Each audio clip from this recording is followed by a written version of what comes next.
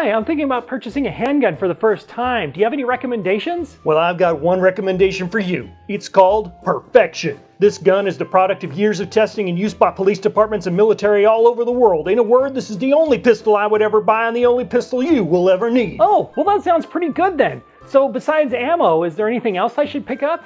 Oh yeah, well you're going to need to be making a few upgrades to this gun here. Upgrades? For starters, you'll want to get some better sights. These are called bucket sights here because you're supposed to get this little front sight lined up somehow into this U-shaped thing in the back, and nobody can hit anything with these things. They're terrible. You'll want to get some better ones. Okay. This slide release is real small and a lot of people have a hard time working it well, so you'll have to get a new one of those too. Slide release.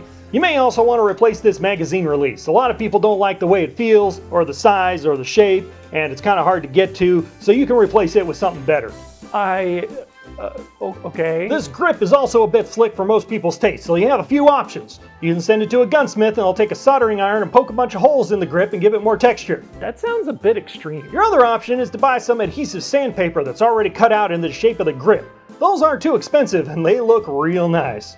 Do they really? The last thing you could try is to get some kind of rubber sleeve thing that fits over the grip. Now that might make the grip feel too big and bulky for you, but the benefit will be that you can get one with finger grooves in it.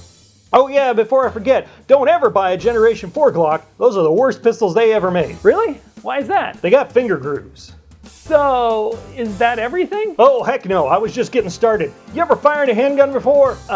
No. Well, that's probably for the best then, because you won't have a point of comparison for this trigger. You're gonna need to get it completely replaced though. It's awful. The trigger? Yeah, it's got this little dingus in there that rubs your finger raw while you're shooting it, and the trigger pull feels like it's made out of cat poo and sandpaper. So that is a definite upgrade. And I didn't mention you're going to need to upgrade the guide rod and the recoil spring.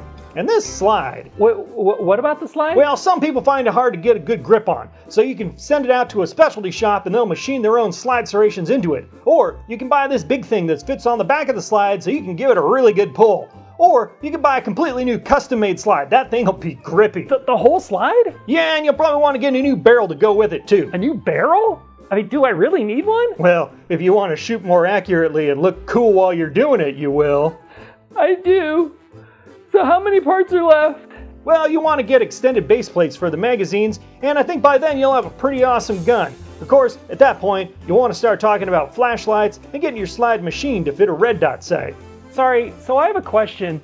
Why would I buy something that required me to replace or modify virtually everything about it? I mean, there are a bunch of other guns here for sale too. I mean, do any of them require this level of modification? Son, you don't seem to be understanding the concept of perfection here.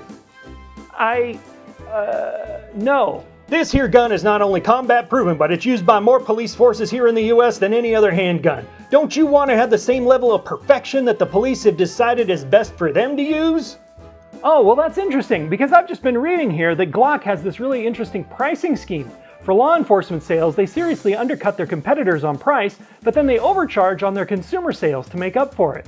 Do you think that maybe the pricing issue might have more to do with its large-scale adoption by cash-strapped law enforcement agencies than its inherent benefits as a firearm?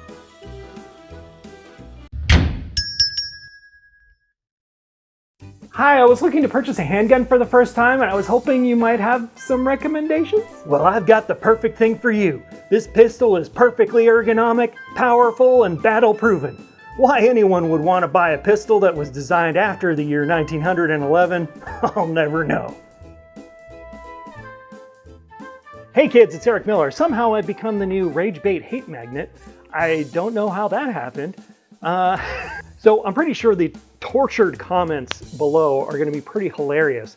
But before anyone starts to accuse me of being a Glock hater or a 1911 hater, I'll just let you know I think they're both perfectly fine guns. I don't have anything, really against them.